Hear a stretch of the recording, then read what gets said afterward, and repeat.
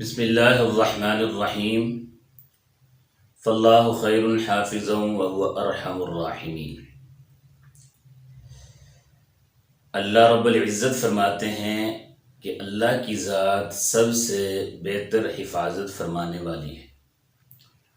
وَهُوَ أَرْحَمُ الراحمین، وہ رحم کرنے والوں میں سے سب سے رحم کرنے والی ذات ہے۔ یعنی کیا مطلب کہ کائنات میں اور بھی رحم کرنے والے موجود ہیں، جیسے کہ ماں اپنے بچے پر رحم کرتی ہے، بھائی اپنے بھائی پر رحم کرتا ہے، بہن اپنی بہن پر یا بہن اپنے بھائی پر رحم کرتی ہے، تو یہ بھی رحم کرنے والے ہیں۔ لیکن جو اللہ کی ذات ہے وہ ارحم ہے، بہت زیادہ رحم کرنے والی، سب سے زیادہ رحم کرنے والی ذات۔ یہی نظریہ مجھے اور آپ کو قرآن مجید سے ملا، یہی نظریہ اللہ کے نبی صلی اللہ علیہ وسلم نے احادیث پاک میں بیان کیا، اسی نظریے پر امت مسلمہ قائم ہے۔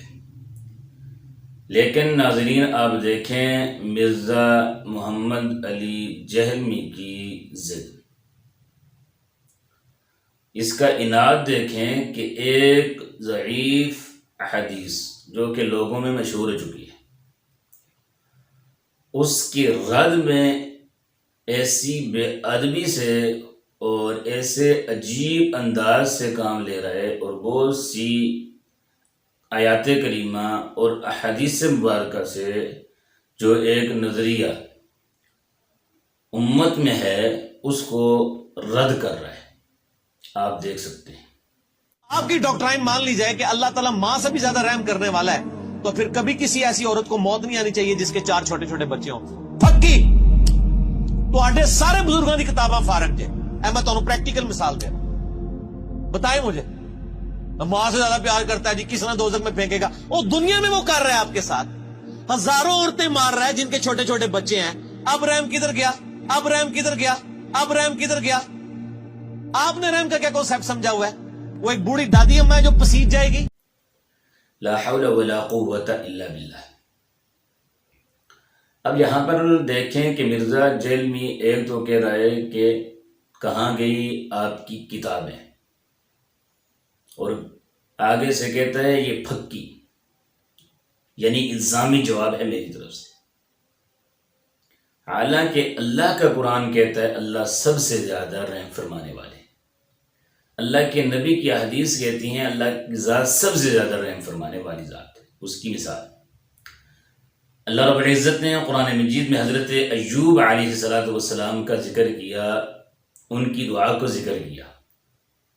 اللہ فرماتے ہیں وَأَيُّوبَ إِذْ نَادَىٰ رَبَّهُ أَنِّي مَسَّنِيَ الضُّرُّ، یعنی جس وقت اللہ رب العزت نے حضرت ایوب علیہ السلام کو آزمائش میں ڈالا، یہاں تک کہ وہ بہت زیادہ بیمار ہوئے، جسم گلنا شروع ہو گیا، لیکن جب انہوں نے دعا مانگی تو فرمایا کہ انی مسنی الضر وانت ارحم الراحمین، اے میرے رب بے شک مجھے تکلیف پہنچی ہے، لیکن اس تکلیف کو تو ہی دور کر سکتا ہے، کیونکہ وانت ارحم الراحمین، کیونکہ آپ رحم کرنے والوں میں سے سب سے زیادہ رحم کرنے والے ہیں۔ اور اسی طرح اللہ کے نبی صلی اللہ علیہ وسلم کو اللہ نے مخاطب کر کے قرآن مجید میں کہا وَقُلْ رَبِّ اغْفِرْ وَارْحَمْ، اے محبوب صلی اللہ علیہ وسلم آپ فرما دیجیے رب اغفر وارحم، اے ہمارے رب ہماری بخشش فرما، ہم پر رحم فرما، وَأَنْتَ خَيْرُ الراحمین، بے شک آپ بہت زیادہ رحم فرمانے والے ہیں۔ اسی طرح حدیث پاک میں آتا ہے، بخاری کی روایت ہے، اللہ کے نبی صلی اللہ علیہ وسلم کے پاس کچھ قیدی لائے تھے جن میں ایک عورت بھی تھی، تو حضرت عمر فاروق رضی اللہ تعالیٰ عنہ فرماتے ہیں کہ وہ عورت جو تھی اس کے چھاتی دودھ سے بھری ہوئی تھی، فوراً ایک بچے کو اس نے دیکھا، اٹھایا اور سینے سے لگا کر اسے دودھ پلانا شروع کر دیا۔ جب اللہ کے نبی صلی اللہ علیہ وسلم نے یہ ماجرا دیکھا تو اللہ کے نبی صلی اللہ علیہ وسلم نے صحابہ سے کہا میرے صحابہ مجھے یہ بتاؤ کہ کیا یہ عورت اپنے اس بچے کو آگ میں ڈالنا گوارا کرے گی؟ صحابہ نے کہا یا رسول اللہ صلی اللہ علیہ وسلم اگر اس کے پاس قدرت ہوئی تو یہ کبھی بھی بچے کو نہ خود آگ میں ڈال سکتی ہے نہ کسی کو ڈالنے دے گی۔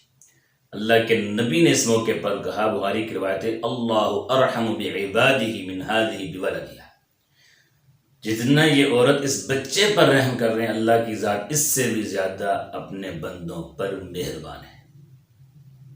اسی طرح حضرت ابو ہریرہ رضی اللہ تعالیٰ عنہ فرماتے ہیں، بخاری کی روایت ہے کہ اللہ رب العزت نے جب رحمت کو بنایا تو رحمت کے 100 حصے اللہ نے بنائے، ایک حصہ پوری کائنات میں تقسیم کر دیا اور 99 حصے اللہ رب العزت نے اپنے پاس رکھے۔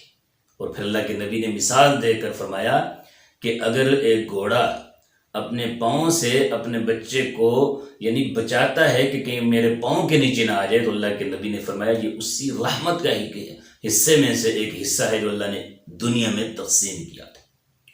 تو پتہ چلا اللہ کی ذات کائنات میں جو بھی ہیں ان سب سے زیادہ رحم کرنے والی ذات ہے۔